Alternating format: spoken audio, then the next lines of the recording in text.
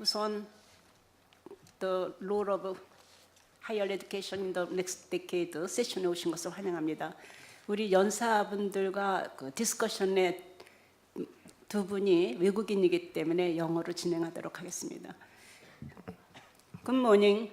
I am Kyungsook Lee, Chairperson of Korea Student Aid Foundation, which has a motto, the stepping stone of love toward the hopes and dreams.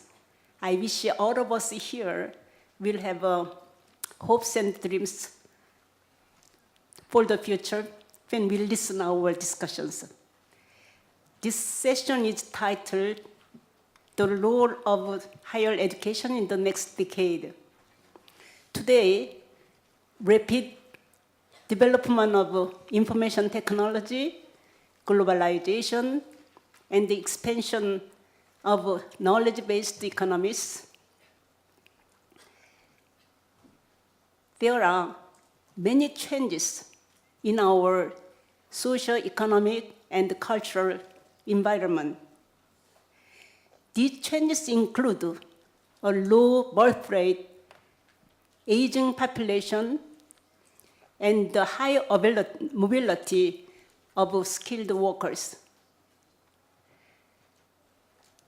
If we are to meet the needs of these changes, a new role of higher education is required as well. Thus, in this session, the panel will extensively discuss the issues both universities in Korea and abroad are faced with and try to anticipate the trends for the next decade. We'll also examine how students are going to be taught and what is taught and how these changing factors could have an impact on higher education. We have renowned two speakers and discussions today with us. President Nam-gung of Seoul National University of Science and Technology is going to speak on social changes and the future directions in Korean higher education. I will introduce a little more. President Nam-gung had his PhD in public administration from the University of Pittsburgh. He was a professor at the Seoul National University of Technology for 10 years and became president of that university last month. Congratulations, President Nam-gung.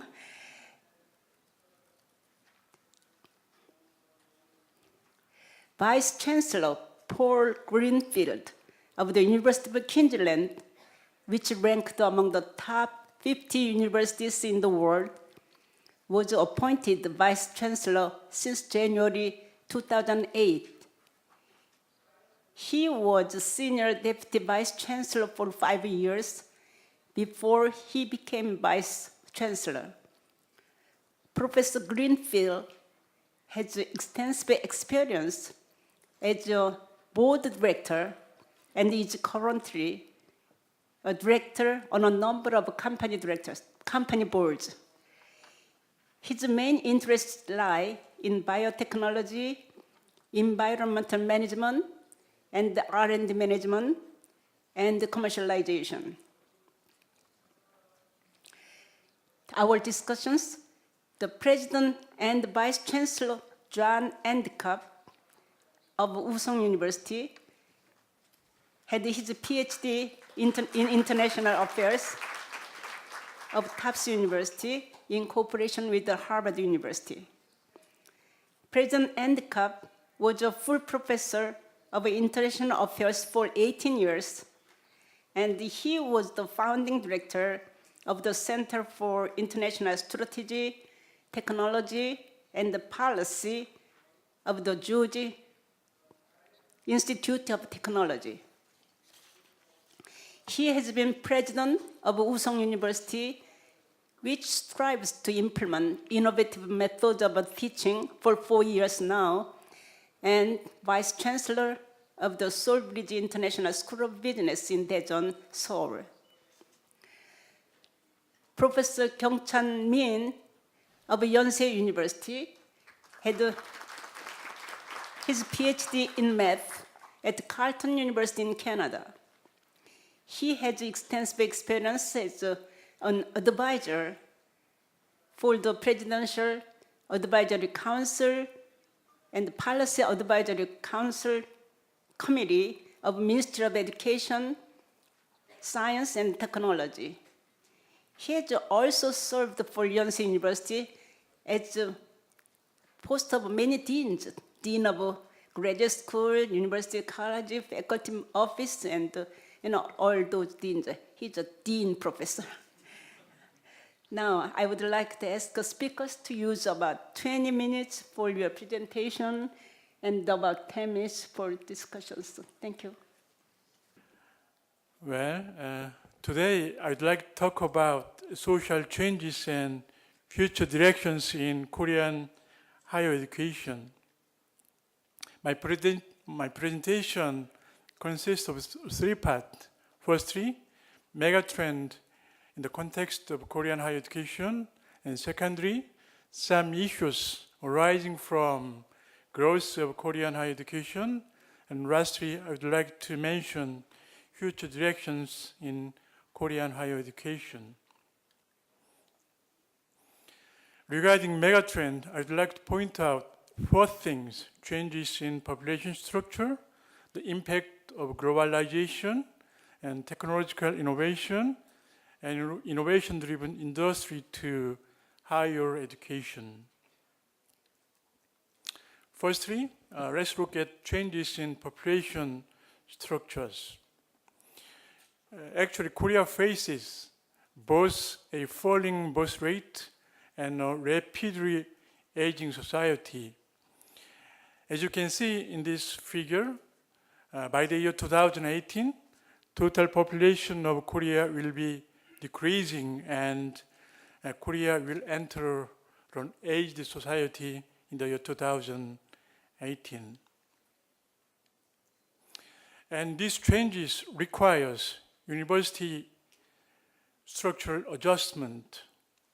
You can see in this figure, the green line is the higher education admission capacity, about 600,000. And then in the red line shows the actual number of high school graduates. As you can see in this figure, that the number of high school graduates is forcing to decrease beginning from next year, and the year 2016 will be the first year when the higher education admission capacity will outnumber the number of high school graduates.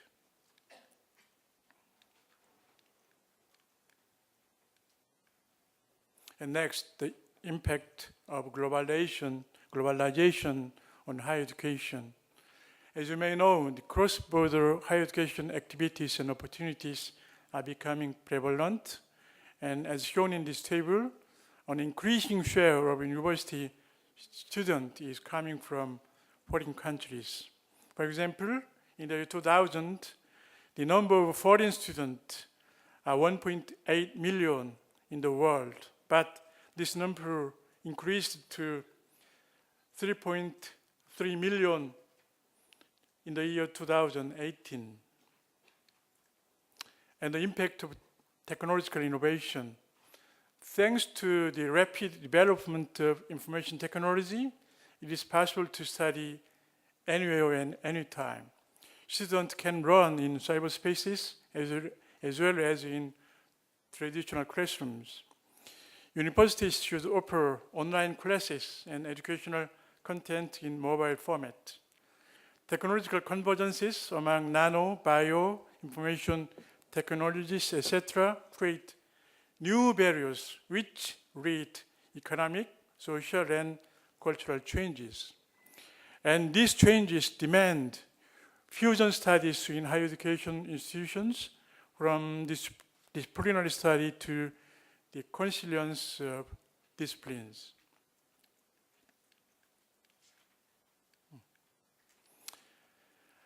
And the ability to produce innovative goods and services is the source of international comparativeness. And it is expected that high value-added businesses such as green industries and software industries will be the growth engines of national economy. This industrial trend urge higher education institutions to reform, including curriculum re-engineering. Now we will talk about some issues arising from growth of Korean higher education. This slide shows the economic development and higher education development in the context of history. As you can see in this slide, during the phase 1 of national development, Korea established a basic education system and universalized elementary education. In the phase 2, 60s and 70s, Korea expanded secondary education and introduced and expanded training and vocational technology education. During phase 3, from mid-1980s to 1990s, Korea expanded higher education, and finally in the phase 4, from mid-90s, Korea universalized the higher education and introduced lifelong learning programs. Well, these are some facts about Korean higher education in the year 2010. There are 411 institutions, and some of them junior colleges, and most of them 222 universities. And there are 3.6 million students, and there are 77,000 professors. These higher education institutions are hierarchically structured by rank, location, and type of institutions. And one of the characteristics or problems of Korean higher education is that the proportion of private institutions is extremely high. 95.9% of junior college students and 74.7% of university students are in private institutions.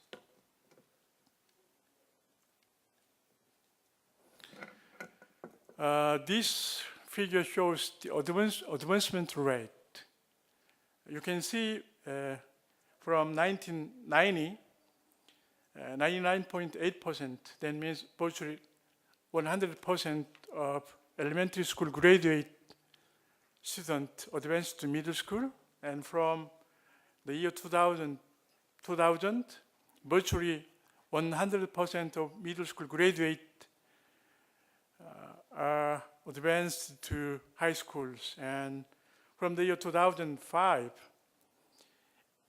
82.1% of high school graduate advanced to higher education. So I think the universal access to middle school, high school, and universities are achieved in Korea.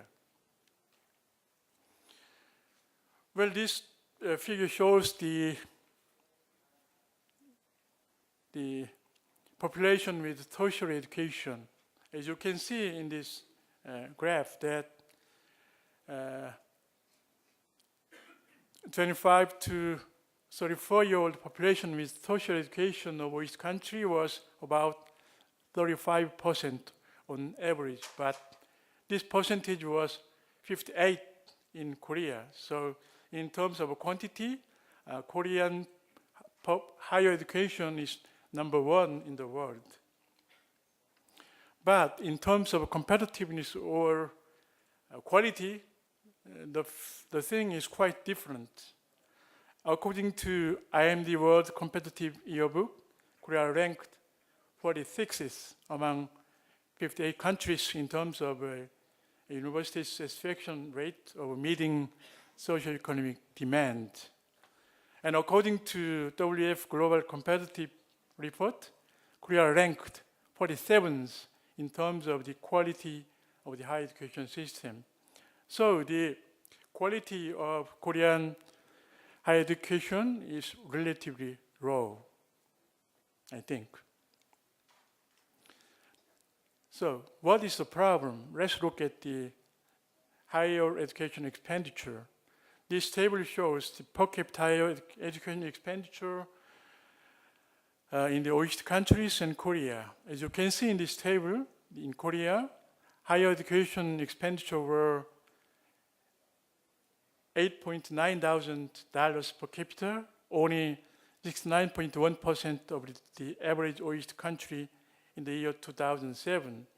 As you can see, the expenditure level of Korea is about 1/3 compared to US and about half compared to United Kingdom. Especially government funding is insufficient. This table shows the public and private expenditure on higher education as a percentage of GDP. Total expenditure on higher education as a percentage of GDP in Korea is 2.4%.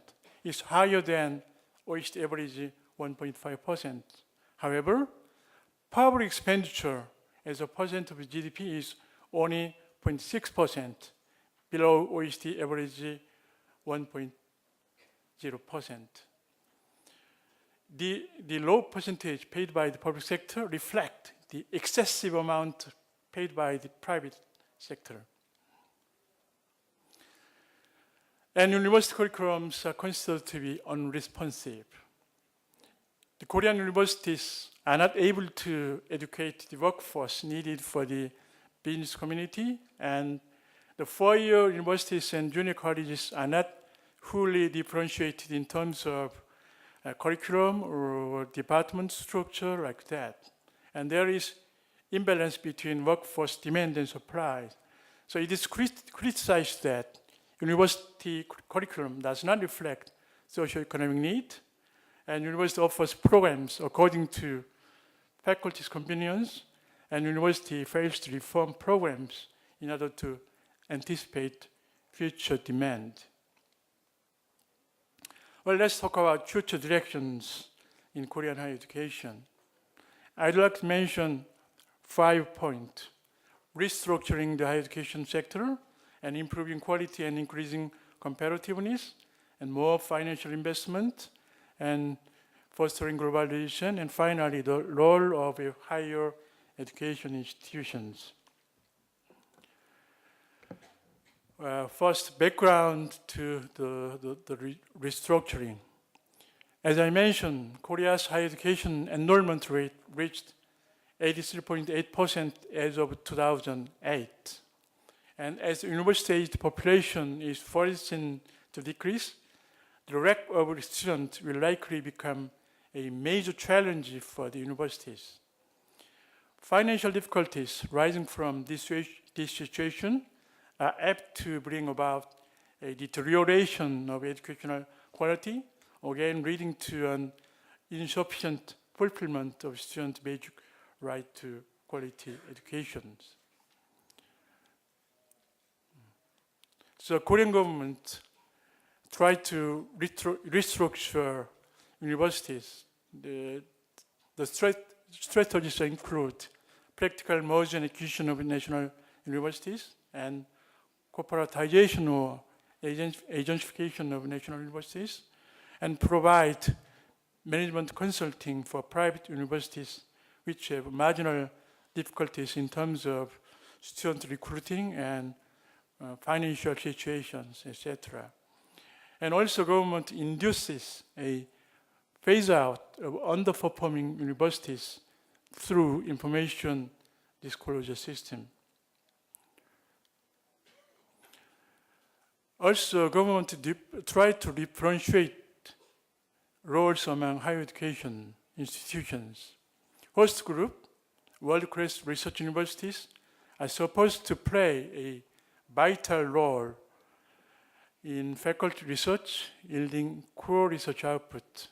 And second group, comprehensive education universities, are supposed to perform tasks including teaching and developing graduates for the globalized world and design of fusion curriculum congruent with social need, etc.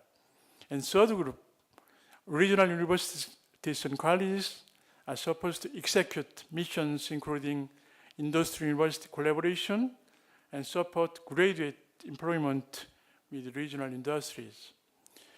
And two-year colleges are responsible for providing a customized workforce and operating courses linked with vocational schools and facilitating adult lifelong education programs.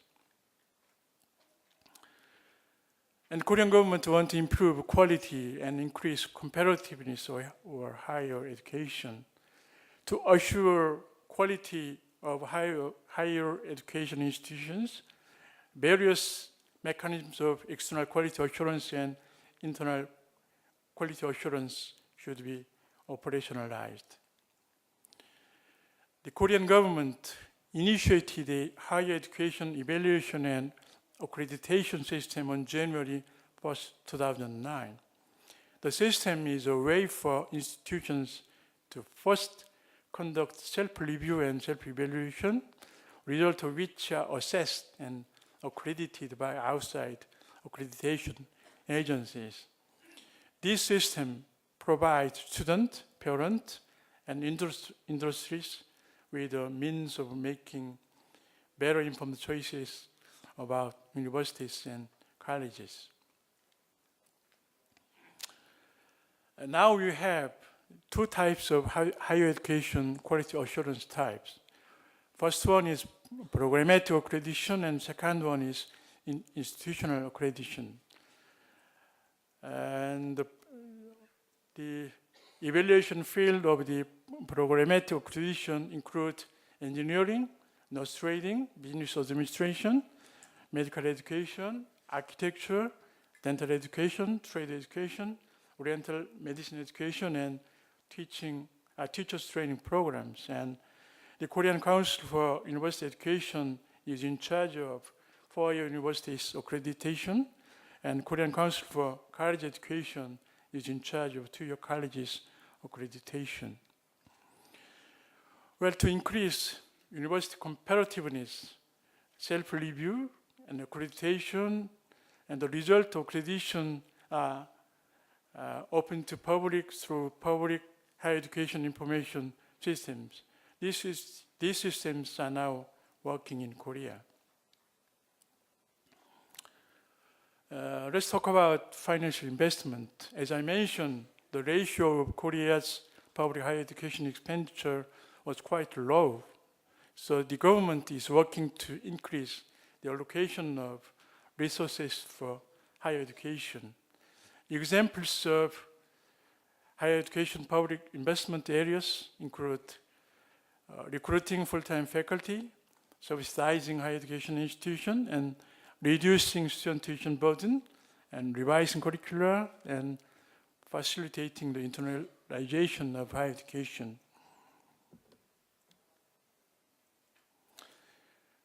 These are some principles of financial investment of Korean government. Korean government wants to invest resources to higher education in order to aggressively capture future opportunities in a global context and strengthen the global competitiveness. And the government also improve efficiency of final investment through differentiating and prioritizing and cutting funds to underperforming institutions. The government also provide funds to universities and colleges based on performance of student employment rate, etc., the so-called formula funding. And also, government want to provide diversified funding opportunities to universities.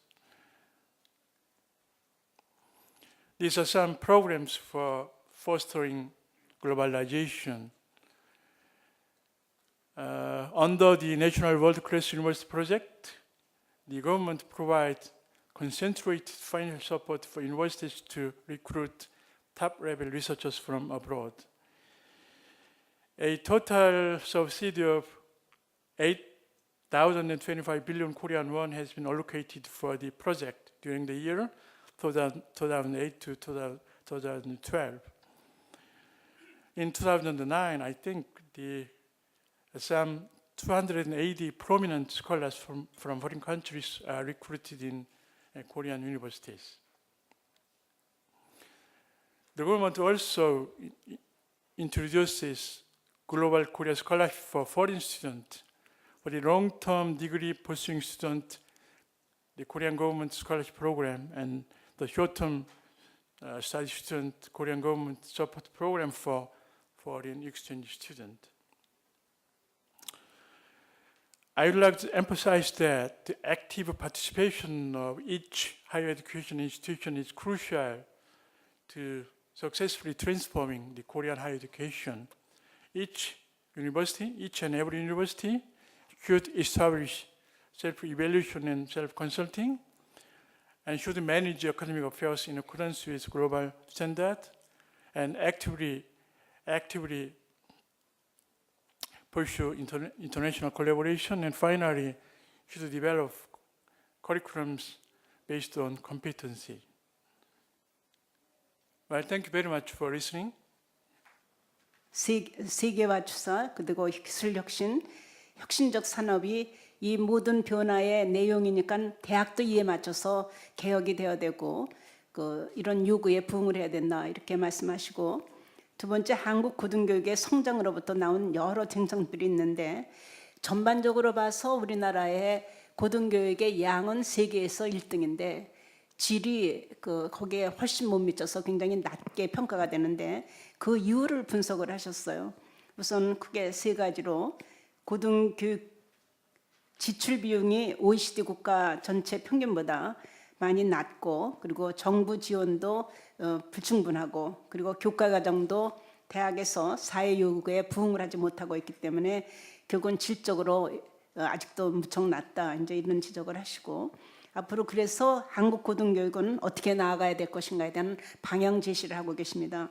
그래서 첫 번째로 고등교육 구조가 개편되고, 그리고 질 향상과 경쟁력 제고를 위해서 자체 평가나 외부 인정을 받는 그런 시스템을 구축하고 정부의 재정 지원을 앞으로 더 많이 받도록 하되, 이것을 대학 형태에 따라서 그리고 여러 가지 지금 변화에 따라서 거기에 재정 지원을 그렇게 해야 되고, 세계화를 위해서 대학에 지금 사실 8,250억 원을 투입했다는 건 엄청난 액수인데, 이를 통해서 세계적인 석학들 전부 모시는 프로그램이 있거든요.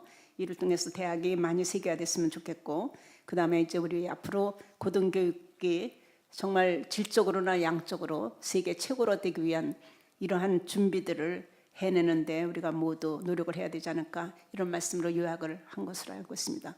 예, 수고 많으셨습니다. Next speaker will be Vice Chancellor Paul Greenfield. Thank you, Dr. Lee. Good morning.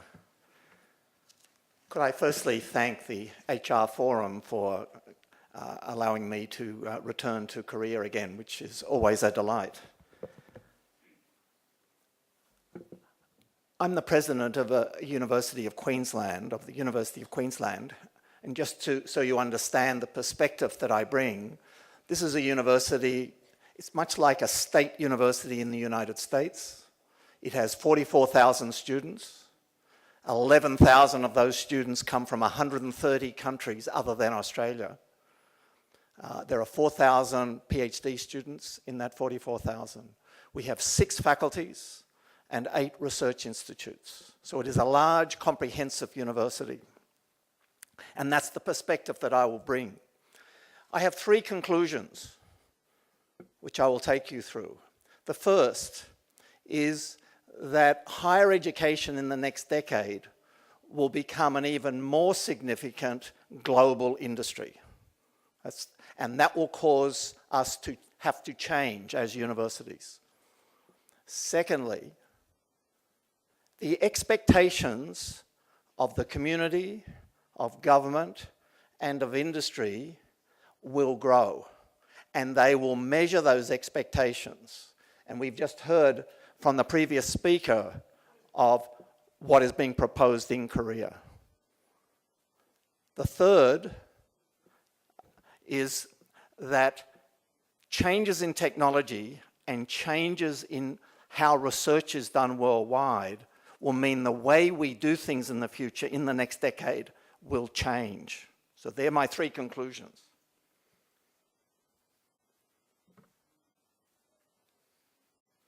Firstly, let's consider the roles of a modern university. So I have here a relatively simplified model. And I would suggest to you that universities, they're an economic entity in their own right, but we won't talk about that. They're no different from any other business in that sense.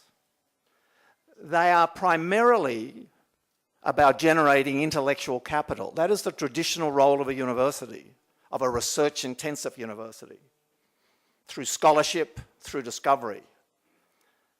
But of course, it is the translation of that intellectual capital into the learning process which creates social capital, shown in the bottom right diagram, and indirectly and directly, the translation into economic capital through the graduates, and indeed through translating some, or playing a role in the translation of some of the scholarship and discovery outcomes. So that's my model of how a modern research university works. It's a bit simpler, it's a bit simplified, but it captures what I wish to describe. So what's changed, or what will change in the next decade?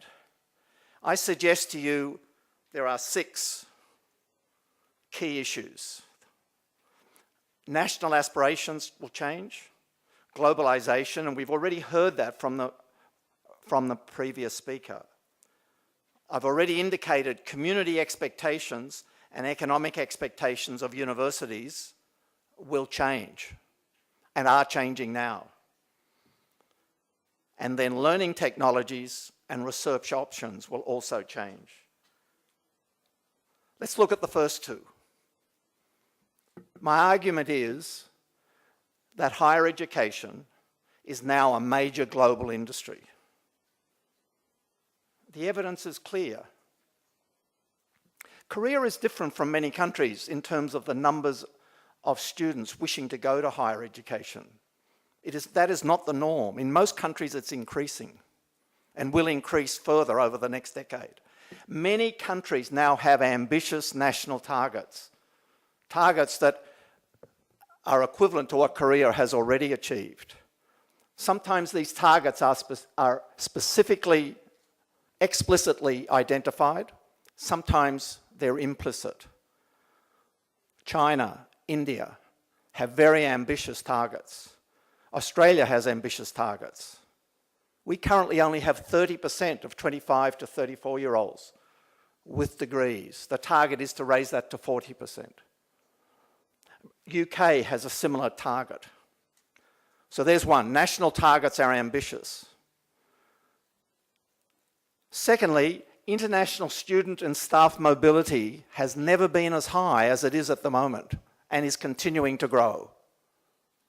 Again, our previous speaker identified the student demand, student numbers here in Korea. International capital mobility is growing. There are international campuses being built as joint ventures in many parts of the world.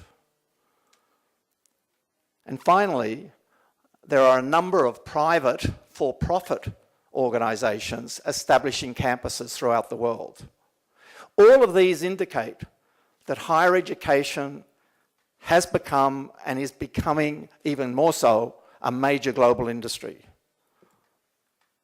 If you accept that, what does that mean for a university? Firstly, if 40 to 50% of your population has a degree, the relative economic value of the first degree diminishes. What's more important is the quality of that degree. So increasingly, the value of a degree will be based on the reputation of the institution and on the program itself. And I would suggest to you that one factor, a key factor in the reputation, will be the ability of a graduate to obtain gainful employment. It's not the only factor, but it will be one. A further implication is the resource challenge.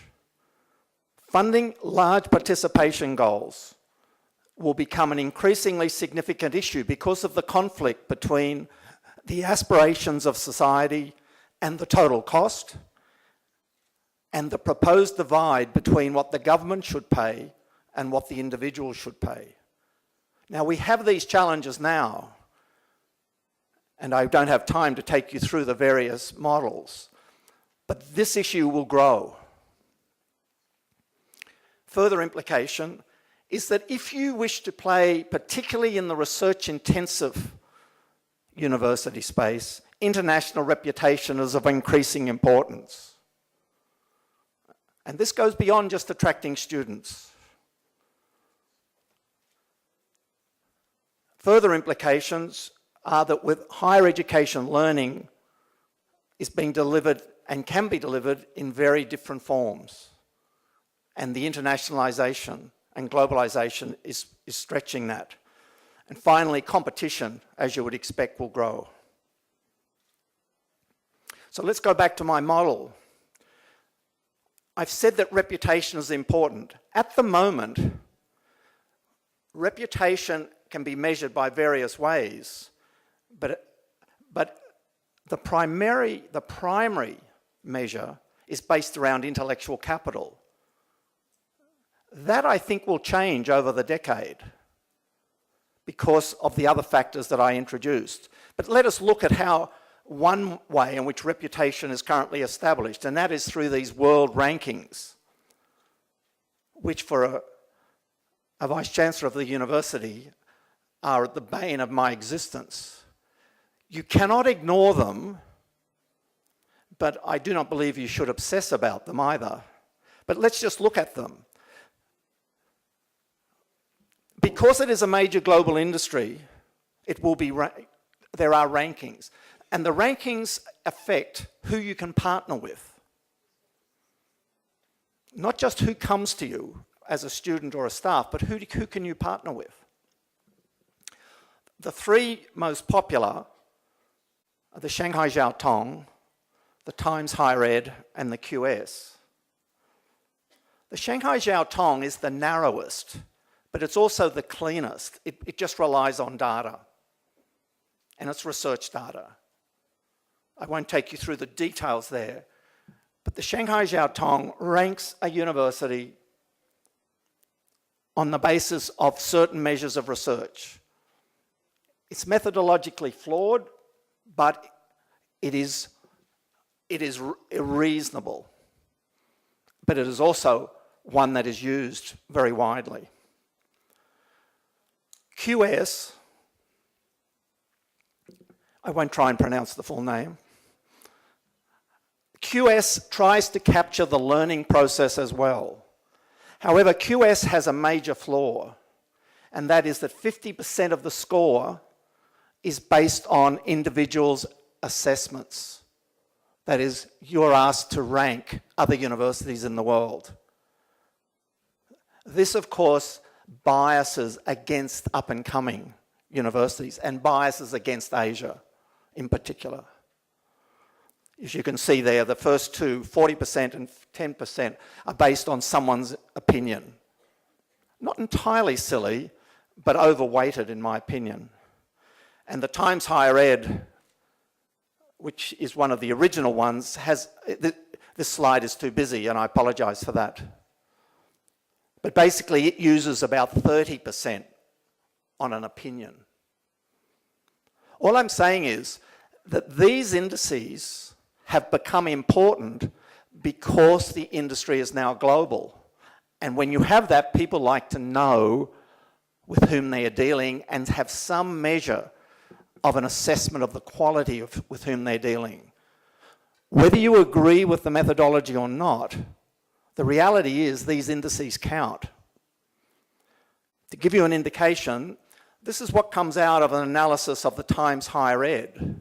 That's the last one I showed you. And you can see there, this is the combined score of all the country's universities. And you can see in it that it's led by the United States, then United Kingdom, then a group of, then 2 European countries, Canada, Switzerland, Australia, with Japan being the first of Asian universities. Can I suggest to you that this is going to change? That if we do this in 10 years' time, that graph will be very different. And that is one of the issues. So let's move on from that. My second point was that the community, government and industry's expectations of universities in the next decade is going to become tougher. They're going to expect more.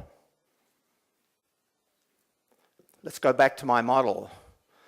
Let's look at social capital.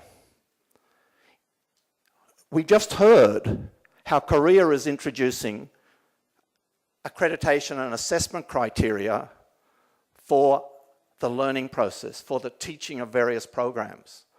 We now have in Australia an accrediting agency that assesses all universities' teaching and learning performance routinely. And if it's sufficiently bad, you will not be allowed to offer that program. Communities and students are demanding higher quality learning experiences. So we have governments demanding it, we have students demanding it, communities demanding it. I'd suggest to you that we've only just started, that the pressure on the quality of the learning experience is going to grow dramatically over the next decade, and universities must address that issue. Likewise, not as universal, because not all universities play in the area of translating intellectual capital into economic capital, except through their graduates. In fact, my argument is the biggest impact a university has on economic growth of a society is through its graduates and through the value it has added to those graduates. But particularly research-intensive universities also can add value if they play some role in the translation process from knowledge through to a product, a service, a policy. And again, we are seeing governments, where they fund research with public funds, demanding increasing evidence that that research is having impact. Again, I have some misgivings with the way they're going about it. But what I'm saying is over the next decade, I believe that pressure will grow. So in each of those cases, I suggest to you that the communities that are paying, that are providing the resources, whether it's the time of the student or the funding coming from government or the funding coming from families for the degree process, or whether it's government or industry funding the research, the pressure on measuring what is a word which is complicated called impact will grow. What are the problems? There are many, and I won't take you through them all. Firstly, and this is just one slide to show the many ways in which you might commercialize something. Commercialization is only one route by which you might influence economic growth. But even it has many, many variations, from simply licensing right through to doing startups. Let me give you one example from the University of Queensland. And this is an example, there's nothing special about it. It's an example that every research-intensive university will have one of, or more of. But it illustrates part of the issue that we're going to have to address over the next decade. collaboration between a Chinese researcher, Dr. Jian Zhu, who unfortunately is no longer with us, and Professor Ian Fraser developed a vaccine against a virus called papillomavirus, which is a precursor to cervical cancer. And it has ultimately led to a commercial vaccine. And the details are shown there. Part of the problem is it took 12 years before that vaccine went on the market. How do you measure the impact in that 12-year period? Very, very difficult. But that's the type of question which governments are now asking. As I said, I don't happen to like it particularly, but I have to accept that they are asking it. That's a photo of the two individuals. In all of this, it's absolutely vital that we maintain quality. As this says, not all quality research is aimed at or leads to invention. Not all quality research is effectively translated into clinical, commercial, or industrial practice or policy formulation.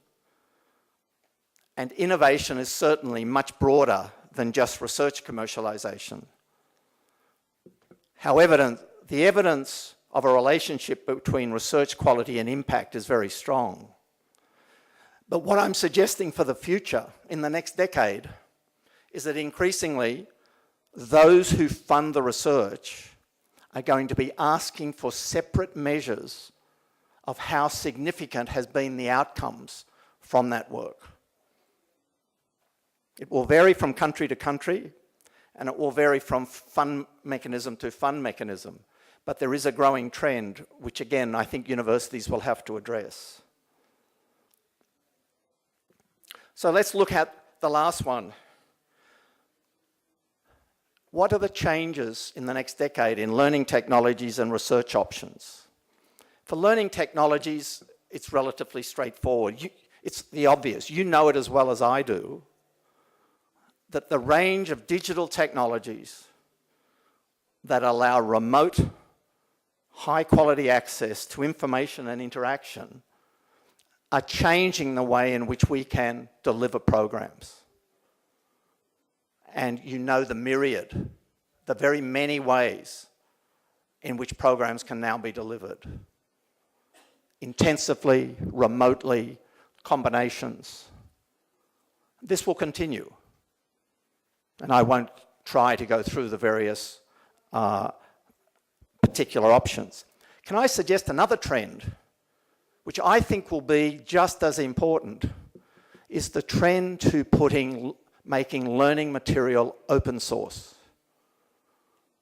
In other words, it is now clear that universities in the United States in particular are seeing advantage by putting all their lecture material, all their learning material open to anyone who can access the internet. Is it any different from free textbooks? No. But it is an interesting concept, and it totally, if you think it through, it totally changes the way in which you might provide a learning experience. If all the material is there, we are finding that students are looking at the open source material in choosing which university they go to. I think that trend will grow. I think open source learning material, and I won't talk about open source research, but open source learning material, I think is a revolution which is going to change things dramatically. Finally, the changes in research. Over the last 100 years, corporate research has gone through a number of generations. We went from, in the early part of the 20th century, that research and development is a creative activity that you can't manage.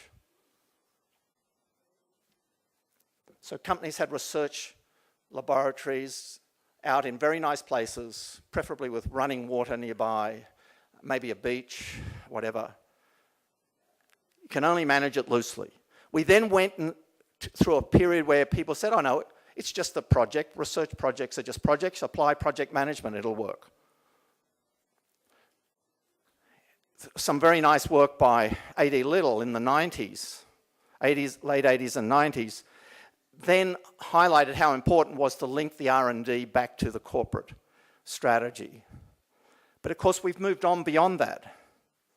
Today, in a corporate world, in many cases, and I'm being a little simplistic here, in many cases, it doesn't matter who discovers. It matters who assembles and translates. Who can take that discovery at some stage and turn it into something different by mixing it with other pieces of knowledge. So knowledge has become a currency. Now, what does that mean for a university? And I'm talking here about a global research university. What we're seeing is increasing interest in co-location of strategic research groups.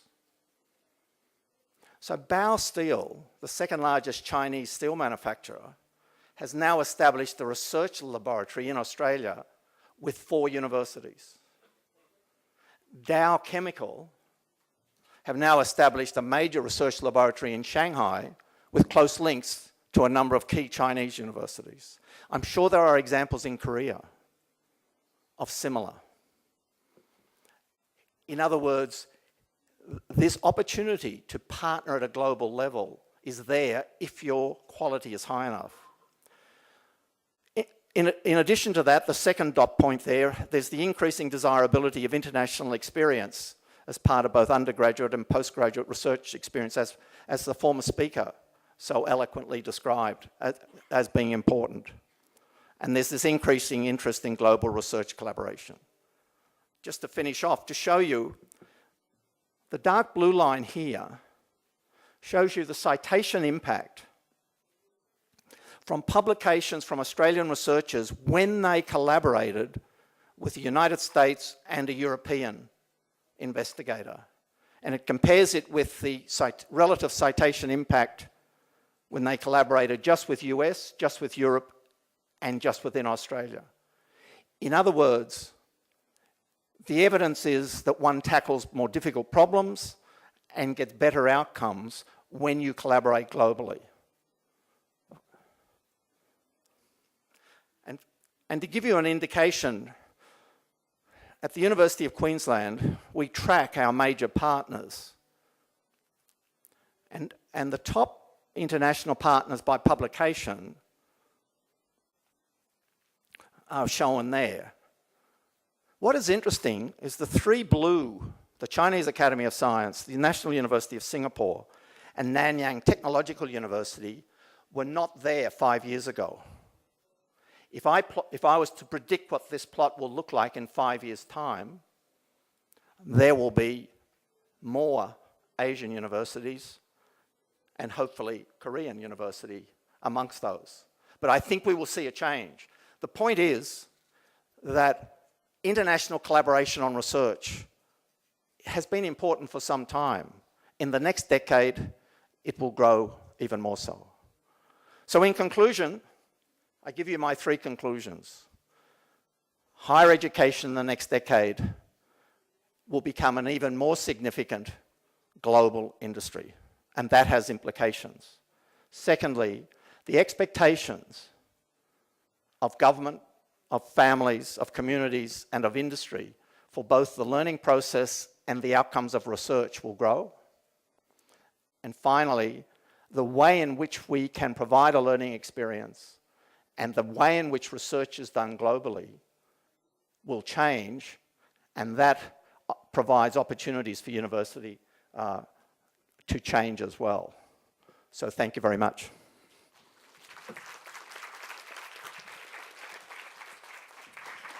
Thank you very much for your insightful and enlightening paper.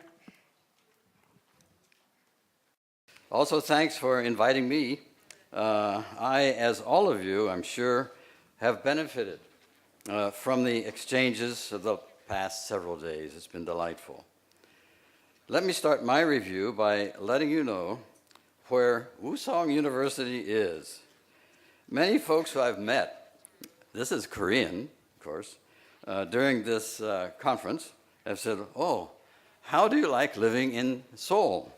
Well, Wusong University is in Daejeon and not Seoul. I call it the Atlanta of Korea. Why? Because if you take the train anywhere else in Korea, you just have to go through Daejeon. And in America, if you take the airplane, you have to go through Atlanta. It's a very, very similar kind of parallel. In fact, Wusong University is only 55 minutes by KTX, the Super Express train of Korea. And how I admire your railroad system. At one time, I waited 8 hours for an American train, and they didn't even apologize that it was late until 6 hours after we've been waiting. There has been a major role at Wusong in railroad technology. One of our colleges, and one of our 6 colleges, is the College of Railroad Transportation.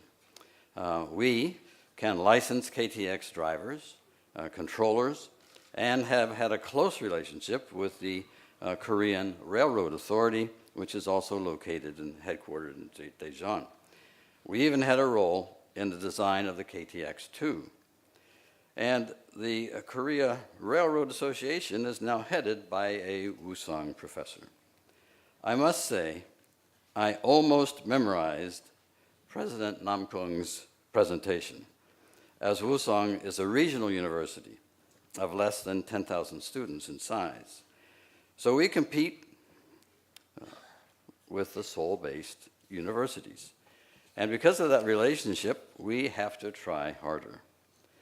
In fact, the good news is we won one of the 11 $10 million ACE goals, or grants, from the Ministry of Education this year.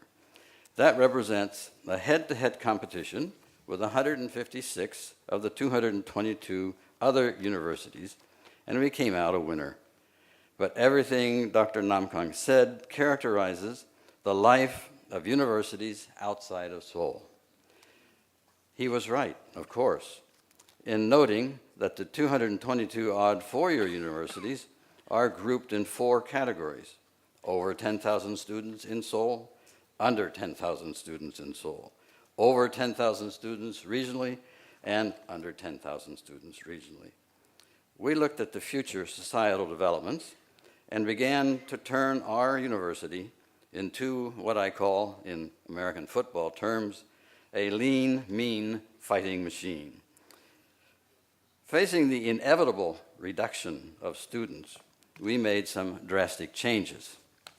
Since 2007, we implemented a complete MBO system, management by objective, to tighten the relationship, the linkage between students and faculty. Faculty performance expectations were established by individual dialogue between deans and professors. Goals for teaching, research, and service were set, and results were monitored with major incentives for excellence.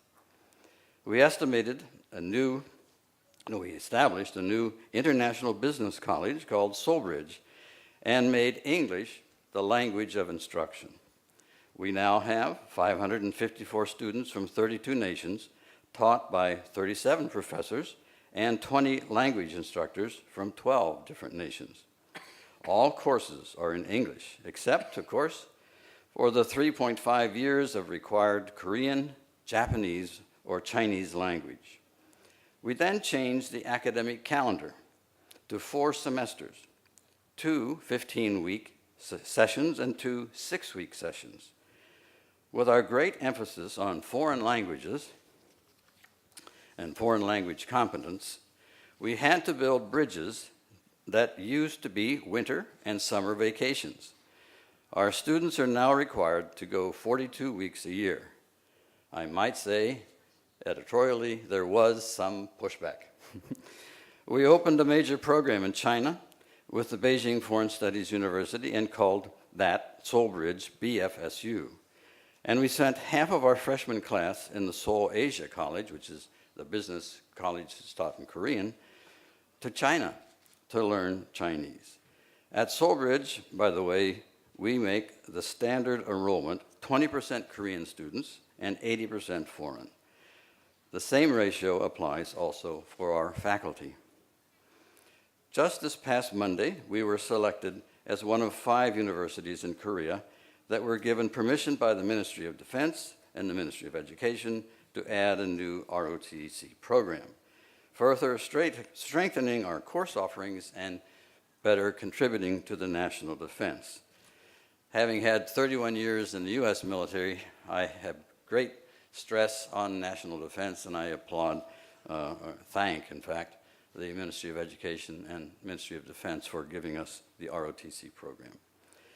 The day before yesterday, we opened the Hallyu Cultural Technology Innovation Center in the Daedokanopoulos Center in Daejeon. And next March, we will begin to offer a Hallyu MBA, building on that all-Asian interest in Korean pop art. In a sense, we have looked at all 4 megatrends identified by President Namkang in the face: changes in population status, globalization, technology innovation, and innovative-driven industries. So far, we have not blinked. I really can't say enough about Dr. Namkang's paper, as it is a primer on the status of Korean higher education. It could be a white paper issued by the Blue House. It is really very, very great. I might add, we might want to send a copy to President Obama, as he can see some of the issues that Korea must deal with. Korea is the poster child for higher education and education generally for President Obama. He has so many quotes about there's respect for what Korea has done. And in that respect, the charts that show Korean education being less effective or not quality-oriented boggles my mind, the 47 and the 46 ranking. I really believe, I was first in Korea in 1959. When I flew in, there were no trees, there were no buildings of any stature. And now, just leave Seoul Station and you see the miracle on the Han. That was accomplished by greater than 47 or 46 indication in the effectiveness and quality of your education.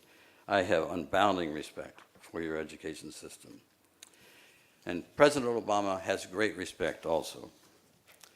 We also looked into the issue of Korea's 47th place in terms of quality. And I really hope that my comments go really to the heart of that issue. We have actually stressed some of the soft skills issues that were brought up, and we have implemented an honors program that places emphasis on creativity and innovation learning experiences. As a private university, we look at the issue of government funding and can only wish for a miracle. We have also formed a corporate advisory council to review our business classes to make sure that the curriculum is as relevant as possible to the business community. For those new to Korean education, there is a huge barrier to regional universities, and it's called SKY, S-K-Y. While we cannot hope to get around this actually significant cultural norm in 5 years, or maybe even 10 years, we were listed as number 4 in Korea's business schools in the 12 October Chosun Ilbo, KAIST, Koryo, Yonsei being 1, 2, 3. When I saw that headline, I would not believe it. It was great, but it didn't really refer to what I had hoped it referred to. It really referred to the top 4 business schools using modern technology for teaching, not the basic scores of the individual business schools, but not bad. Dr. Namkang points out some of the measures that the Ministry of Education will take to reduce the number of underperforming universities. It indeed published a list of 43 universities that would not receive or would receive less Ministry of Education funding. More recently, it placed 5 national universities on a weak sister list. It is clear that active international collaboration is necessary to enhance all universities. And Wusong will begin a pilot project with Japan and Chinese universities for an initial Asia integrated program. We're using Nagoya School of Foreign Studies and Beijing School of Foreign Studies as our partners in that case. Let me turn to Dr. Greenfield's presentation, as he also discussed the roles of modern universities, but not limited to Korea.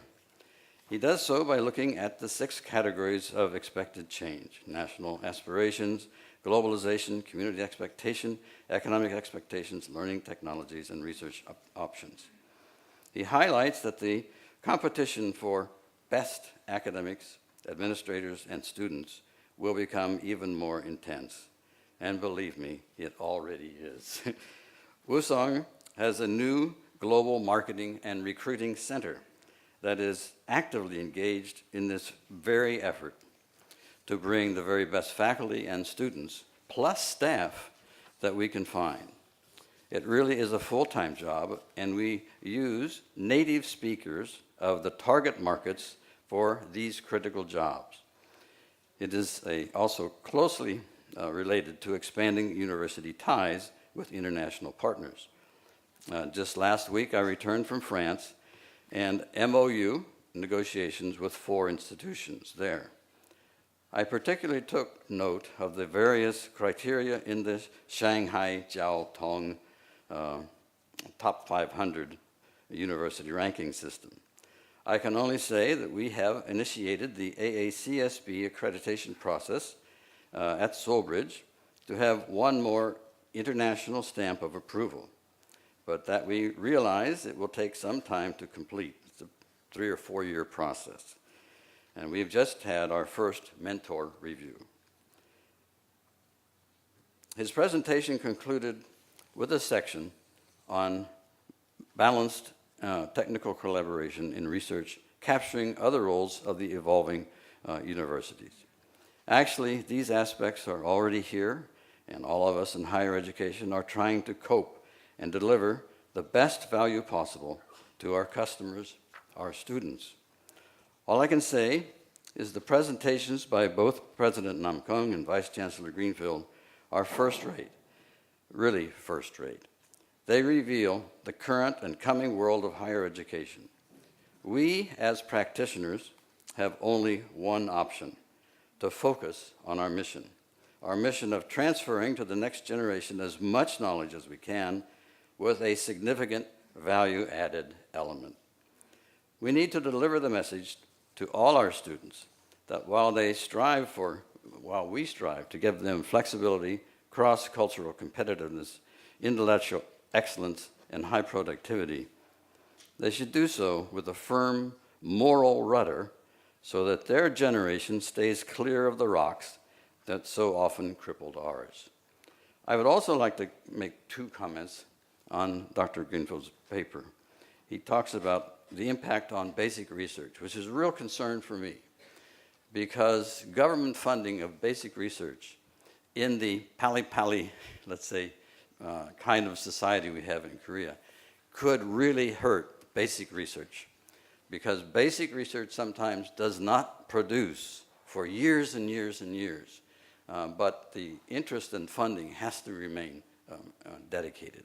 And so that's a real, I think, a real cautionary thing for we in Korea, not to get too much in a hurry to see results from basic research. And of course, the comments about open source curriculums and courses is very interesting too, because it really makes the best curriculums and the best teachers available to everyone in the world. And that is a basic sort of, that's another miracle, but not on the Han. That's a miracle on the globe. Thank you very much, gentlemen.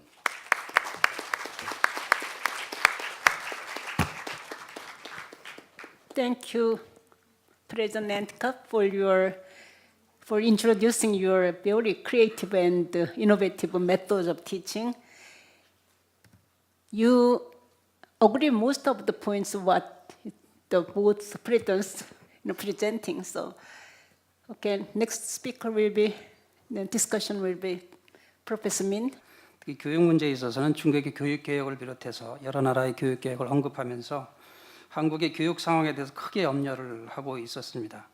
창의력, 비판적 사고 능력, 토론 문화 등 교육의 내용, 질, 성과에 대한 내용들에 대해서 크게 염려를 하고 전면적인 개혁이 시급하게 이루어져야 된다는 조언을 해주셨습니다. 그리고 앞으로 지식 창의 시대인데 인재 전쟁이 일어날 것이다. 그렇기 때문에 더욱더 개방해야 된다 하는 것을 강조를 했고, 그래서 국제화가 더욱더 강조되어야 되는데 현재 서울이 베이징보다 떨어져 있다, 뒤떨어져 있다 이런 평가도 받고 있습니다. 앞에서 이제 그린필드 총장님, 남궁근 총장님께서 여러 가지 중요한 말씀들 하셨고, 저도 전체적으로 공감을 하면서 저는 이제 보완적인 차원에서 말씀을 몇 가지 드리고자 합니다.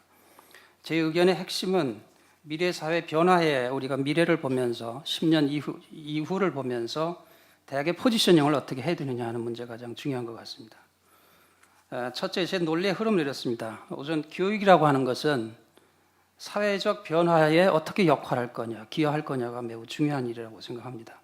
그 기여를 잘 하려면 결국 질적으로 상당히 높은 수준의 교육이 이루어져야 된다고, 연구가 이루어져야 된다고 생각하는데, 결국 질이란 게 또 뭐냐 하는 것은 교육의 목표를 성취하는 일이라고 생각합니다. 그 교육의 목표는 첫째가 사람을 어떻게 변화시키느냐의 문제일 것 같고, 두 번째는 어떤 가치를 추구하도록 할 것이냐, 이것이 결국은 질의 의미로 보게 되겠고, 특히 두 가지 관점에서 앞에서도 그 그린필드 총장님도 말씀하셨지만 우리 사회가 대학에 대한 요구가 더욱더 강해질 것이다, 그런 차원에서 기존의 우리 대학의 학문적 성취라는 것과 시대적 과제에 대한 기여의 문제, 이 두 가지를 어떻게 저희가 만들어가느냐가 중요한 이슈라고 봅니다. 앞에서 남 총장님도 여러 가지 말씀하셨습니다만 저출산 고령화, 학력 인구 감소, 생산 가능 인구 감소, 이거 상당히 심각한 문제로 보고 있는데 심각하지 않게 생각하는 게 심각하다는 얘기를 많이 합니다.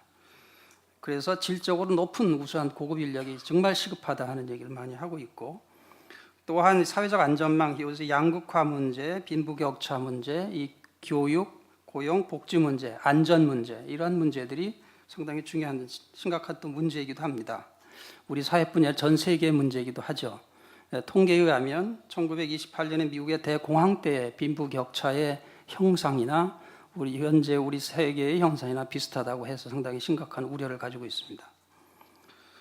또 하나의 문제는 사회적 자본의 문제입니다. 우리 사회의 신뢰와 정직, 공정, 이러한 요소들이 어떻게 이루어져 가고 있는가. 다시 말해서 구조적인 문제, 경쟁의 문제, 철학의 문제가 상당히 깔려 있다고 생각합니다. 결국 대학은 남북관계의 문제라든지 수출 주도의 경제 구조, 중국 등 여러 가지 지정학적인 변화, 이런 흐름 속에서 어떻게 포지셔닝을 해나갈 거냐. 저는 상당히 위기의식을 가지고 우리가 정신을 바짝 차리고 가지 않으면 안 되겠다 하는 것을 말씀을 드리고 싶습니다. 그럼 고등교육이 어떤 위치에 서야 되느냐. 지금까지 상당히 애매한 위치에 서 있었다고 생각합니다. 다시 말해서 대학은 대학 내에 머물기를 고집을 해왔다고 생각하고 있고, 사회는 상당히 많은 것을 요구를 했지만 대학의 위치를 제대로 선정하지 못했었다고 생각합니다.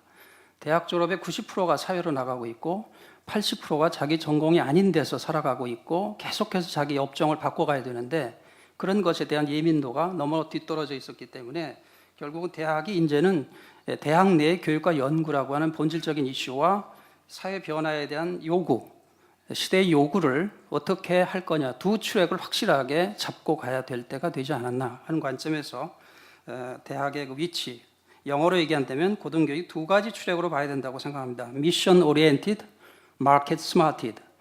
다시 말해서 미션과 마켓에 대해서 저희가 어떻게 균형과 조화를 이루도록 할 것이냐가 굉장히 중요한 그 포지셔닝의 문제라고 생각합니다.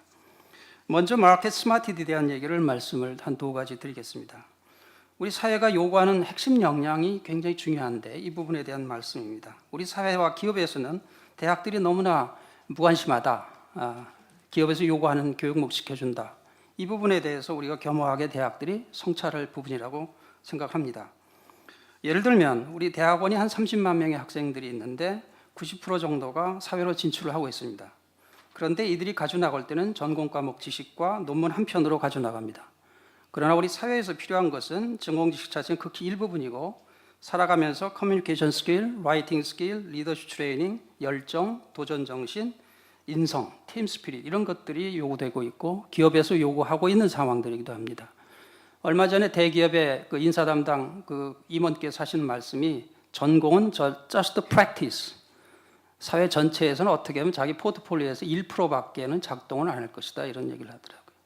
네, 그런 면에서 우리의 포지셔닝이 매우 중요하고 그럼에도 불구하고 우리는 무감가지 않았는가.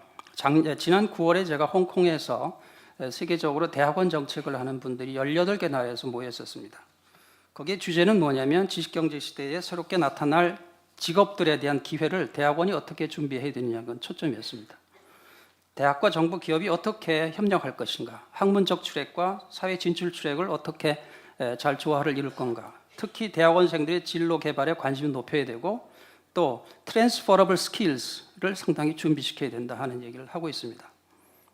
그러나 우리 대학은 그동안 너무나 관심이 없었던 것을 우리가 보면서 우리의 포지셔닝을 새롭게 해야 되겠다. 학부도 마찬가지입니다. 아까 말씀드린 것처럼 거의 대부분이 사회로 가기 때문에 전공 지식 습득에만 머물러서는 안 된다는 차원에서 학제적 융복합적 역량, 또 문과, 이과 구분 없는 교육 이런 부분들이 강조돼야 되고 다시 말해서 학부, 대학은 모두가 사회 나가서 활용할 수 있는 시장 친화적 핵심 역량을 키워야 개인도 성공하고 기업과 국가도 성공할 수 있다고 생각을 합니다. 두 번째는 이 공공성의 문제입니다. 고등교육 공공성, 어떤 가치를 추구하도록 할 건가. 조금 전에 말씀드린 것처럼 고등교육도 공익적인 차원에서 사회 발전에 기여할 수 있어야 된다고 생각합니다. 양극화 문제, 빈부격차 문제, 등록금 문제, 일자리 문제는 우리 심각한 미래의 큰 부담이고 불안을 야기시킬 가능성이 큰 주제이기도 합니다. 그럼 이걸 어떻게 풀어갈 거냐. 아까 그린필드 총장님께서 소셜 캐피탈 말씀을 하시면서 어려운 학생들에 대한 기회를 제공하는 일들도 고등교육이 담당할 부분이기도 하고 또 두 번째는 일자리 창출을 위해서는 창업과 서비스업의 관점에서 준비를 시켜야 된다고 생각합니다. 그동안에 제조업이라든지 취업만 생각을 했었지만 이제는 새로운 차원에서 접근해야 되고 두 번째로 연구와 목표와 가치의 문제도 단순히 논문 발표의 단계를 넘어서 국민의 살릴 질, 산업 발전에 어떻게 기여할 것인가. 후쿠시마 원전 사고를 우리가 경험을 했고 그 이후에 환경 에너지 문제 또 지금 닥쳐오는 식량 물 문제, 질병 재난 문제 이런 분야에 대해서 어떤 역할을 할 것인가. 이러한 목표에 도움이 될 수 있는 연구와 교육이 이루어져야 된다고 생각하고 있고 앞에서도 그린필드 총장님도 이제 글로벌 인더스트리도 말씀하셨습니다만 글로벌 협력, 경쟁도 중요하죠. 글로벌 협력도 상당히 중요한 이슈라고 봅니다. 저는 고등교육의 국제화의 의미도 여기서 찾아야 된다고 생각을 합니다. 다시 말해서 세계적인 대학이라고 하는 것은 세계 인류에 대해 고민하고 그것을 가슴에 품을 수 있는 대학이 세계적인 대학이라고 생각합니다. 그런 면에서 오픈 이노베이션이나 브레인 서큘레이션들이 더욱더 원활하게 움직여져야 되고 이를 위한 개방과 협력의 정신이 강조되어야 된다고 생각합니다. 특히 이제 우리나라의 입장에서는 아까 처음에 소개한 책에서 보면 많은 학자들께서 우리 대한민국의 충고는 아시아 지역을 안고 가라는 얘기를 많이 합니다. 그래서 아시아적인 모든 이제 국민들하고 국가들과 어떻게 유기적으로 저희가 발전해 나갈 수 있는가. 거기에서 이제 협력이 굉장히 중요하고 우리나라에 오는 아시아 지역의 학생들을 어떻게 우리 한국과 이렇게 프렌들리하게 만들어서 아시아 지역 전 세계 이슈들을 같이 풀어가도록 공감을 만들어 가느냐가 국제화의 굉장히 중요한 포션이고 그 방향에서 고등교육의 포지션도 정해져야 된다고 생각합니다. 다시 말해서 교육과 연구의 목표와 가치를 한 개인의 삶의 문제, 우리 사회, 인류 평화 행복에 기여하는 일에 두는 일이 매우 중요한 고등교육의 포지셔닝이 되어야 된다고 생각합니다. 이런 차원에서 마켓에서의 고등교육의 역할이 더욱더 커지지 않을까 생각을 합니다. 두 번째는 미션 센터에 대한 얘기입니다. 결국 교육과 연구의 질인데 교육의 입장에서 출발한다면 교육이란 게 무엇일까? 교육의 본질이 뭘까? 그것은 저는 한 사람의 변화라고 생각합니다. 어떻게 사람을 변화시키느냐? 두 번째는 그 교육과 연구의 질을 어떻게 높이도록 할 것이냐. 그것이 이제 교육에서의 주된 방향이라고 생각합니다. 아까 랭킹의 문제를 말씀하셨는데 우리가 빨리 극복할 문제가 지표 중심의 사고의 문제라고 저는 생각을 합니다. 물론 중앙일보 평가나 월드 랭킹에 여러 가지 좋습니다. 그 대학에 상당히 긴장을 하게 했고 많이 발전을 시켜왔다고 생각합니다. 그러나 이 평가 자체를 어떻게 받아들이느냐의 자세가 굉장히 중요하다고 봅니다. 지금까지는 마치 이것이 대학 운영의 목표, 절대 가치로 여기는 것이 문제였다고 저는 생각을 합니다. 그러다 보니까 한 학생의 변화라든지 교육의 질, 이런 것들이 제대로 다뤄지지 못하고 있고 특히 교수의 연구의 그 숫자, 논문의 숫자에만 결혈하다 보니까 실제로 우리 아웃컴, 교육과 연구에서 아웃컴의 질적인 문제가 상당히 문제회시 되어 왔다 하는 생각합니다. 더 타임즈, 직접 이 평가에 참여하고 있는 편집장이 와서 한 얘기입니다. 몇 년 전에. 이 더 타임즈 평가가 미국이나 유럽 대학들은 참고 자료인데 유독 한국은 순위에 관심이 많다. 자료 수집이 용이한 지표만 의지하고 있고 특히 아시아 지역이 불리한 지표들이고 그래서 모든 게 코끼리 다리 만지기식인데 한국은 너무나 예민하다. 이런 얘기를 하고 있습니다. 그래서 더 타임즈도 작년 네이처지에 이런 얘기를 했습니다. 자기들도 이게 이렇게 많은 것을 커버하지 못하기 때문에 더욱 노력하겠다. 특히 교육의 질 문제. 그동안에도 리뷰어도 그 평판도를 조사할 때 4,000명이었지만 앞으로 25,000명으로 늘려서 더욱더 질 높은 평가하겠다는 이런 얘기로 이제 진행이 되고 있습니다. 다시 말해서 이 평가, 지표 중심의 평가, 랭킹 문제도 중요하지만 우리가 어떻게 그걸 소화하고 우리 교육과 연구 발전에 활용할 것이냐 이런 차원에서 새로운 포지셔닝이 필요하다고 생각합니다. 두 번째는 교육의 질 문제를 말씀을 드렸습니다만 그 질의 의미가 아까 말씀드린 것처럼 교육 목표를 성취하는 것이라고 보는데 문제는 이것을 어떻게 평가하느냐의 문제입니다. 이 평가의 개념이 상당히 중요하다고 봅니다. 결론적으로 얘기하면 질적인 성과 평가를 해야 되는데 아직은 어떻게든 투입 지표입니다. 인풋과 프로세스와 아웃컴이라고 하는 게 있으면 사실 아웃컴이 중요한데 대개는 인풋 지표에서 머물렀다라고 저는 생각을 합니다. 그런 면에서 이 지표 중의 숫자 개념을 넘어가는 그런 과제가 있다라고 생각합니다. 결국 교육의 질 문제는 물론 아헬로라든지 여러 가지 논의를 많이 하고 있습니다. 이것이 이 평가 방식과 도구 개발이 굉장히 중요하고 이것들이 앞으로 같이 풀어가야 될 과제고 이를 위해서 시간과 재정적인 투자가 더 확대될 필요가 있다고 생각합니다. 연구의 질 문제 앞에서도 몇 번 말씀하셨습니다만 지금까지 연구의 질은 논문 숫자였지만 실질적으로는 한 편이라도 세계가 인정하는 탑 결과가 나와야 경쟁력이라고 저는 생각합니다. 이런 면에서 질적인 성과평가가 중요하고 장기적으로 연구에 몰입할 수 있는 환경이 되도록 평가해야 된다고 봅니다. 특히 기초과학의 문제에 있어서는 더더욱이나 호기심 기반으로 갈 수밖에 없는데 우리가 그렇게 따라가지 못하는 것이 큰 약점이고 그건 빨리 극복해야 할 문제라고 생각합니다. 다행스럽게도 기초과학연구원이라는 새로운 그 시스템이 출발하면서 어떻게 보면 과학기술, 기초과학의 르네상스가 전 시작됐다고 생각합니다. 이제는 그런 것이 어떻게 성공시키느냐의 문제, 결국 창조형, 선도형 연구가 되도록 하는 것, 대학과 출연연과 기업이 어떻게 서로 관계를 정립하고 연구의 방향, 성과의 차별화 이런 것들을 이제 포지셔닝 하느냐의 문제가 저희들이 남아있는 과제라고 생각을 합니다. 아무튼 그 교육의 내용, 교육의 질, 이를 평가할 수 있는 내용들에 대해서 저희가 차원을 좀 달리할 필요가 있다. 특히 앞에서도 잠깐 말씀드렸습니다만 기능적인 그런 측면도 중요하지만 교육과 연구에서 어떤 가치, 어떤 정신, 문화를 담을 거냐. 특히 대학은 시대 정신과 역사의식, 가치관을 사회에 자꾸 던져야 됩니다. 그런 면에서 우리 사회를 바꿔나가야 된다는 것입니다. 그렇기 때문에 우리 학생들에게 고전을 읽도록 하고 대화와 토론을 확대시켜야 된다. 또 창의성과 상상력은 바로 여기서 나온다 하는 측면에서의 접근이라고 생각을 합니다. 미국 대학들이 하버드대학이나 주요 대학 총장들의 반성이 있었습니다. 그 책 제목만 보더라도 Excellence without soul, 영혼이 없는 수월성이 무슨 의미가 있느냐 하는 얘기고 대학들이 왜 너무 기능적으로 가서 삶의 의미를 잃어버렸느냐 하는 것이 책 제목입니다. 그리고 이 모든 학교와 학문의 목적은 결국은 세상을 모두가 행복한 곳으로 만드는 것이 궁극적인 목표가 돼야 된다 하는 것이 우리 미국이나 주요 대학들의 총장님들이나 책임자들의 얘기이기도 합니다. 이런 측면에서 우리가 이 미션 센터드 했을 때 그 미션이라고 하는 것을 어떻게 풀어갈까? 교육의 내용, 질, 평가 이런 문제가 변화되어야 된다고 생각합니다. 제 말씀을 정리하도록 하겠습니다. 얼마 전에 그 소프트뱅크의 손정희 회장이 30주년을 맞이해서 앞으로 300년을 바라보는 비전을 선포를 했습니다. 300년을. 그런 우리는 앞으로 10년을 오늘 얘기하고 있습니다만 20년, 30년 뒤를 봐야 된다고 생각합니다. 오늘의 대한민국의 발전은 과거 60년대, 70년대 교육이 만들었다고 생각합니다. 그럼 오늘의 교육은 20, 30년 후에 어떤 영향을 줄 것인지 우리가 심각하게 생각을 해야 된다고 봅니다. 표면적인 현상도 중요하지만 깊이 내재되어 있는 여러 가지 요인들, 흐름들을 우리가 예의주시하고 찾아봐야 된다고 생각합니다. 그래서 더욱 중요한 것은 오늘과 다음 세대를 위한 철학과 비전과 목표를 분명히 해야 된다고 생각합니다. 시스템보다는 사람을 더 먼저 생각해야 될 것이고 양보다는 질을 추구해야 될 것이고 기능보다는 가치를 추구하는 것이 우리 고등교육에 가야 될 것이고 그것이 바로 고등교육을 통한 경쟁력 확보와 복지에 기여하는 일이라고 생각을 합니다. 처칠 수상이 하신 말씀을 전 마지막으로 던지고 싶습니다. 인류의 사명이란 게 뭐냐?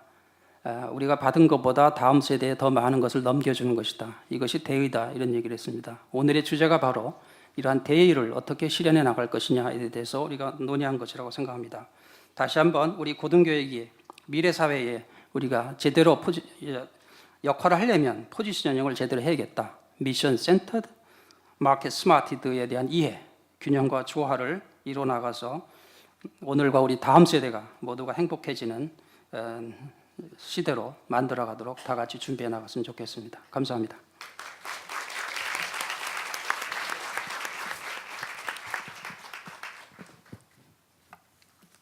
임 교수님이 우리 세션에 그 정리를 다 해주신 것 같습니다.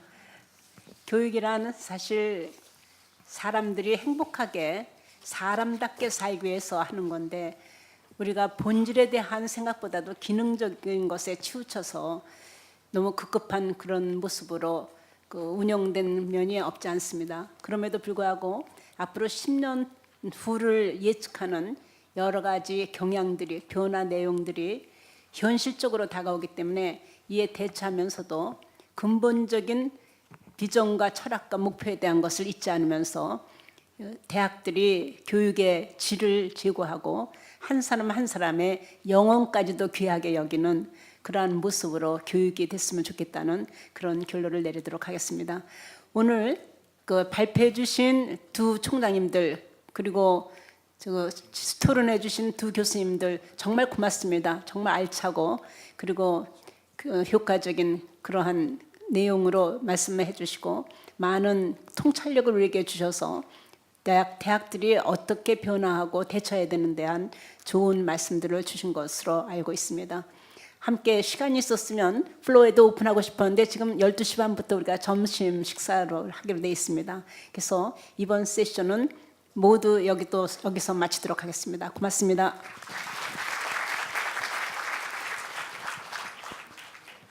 Thank you very much. Thank you very much.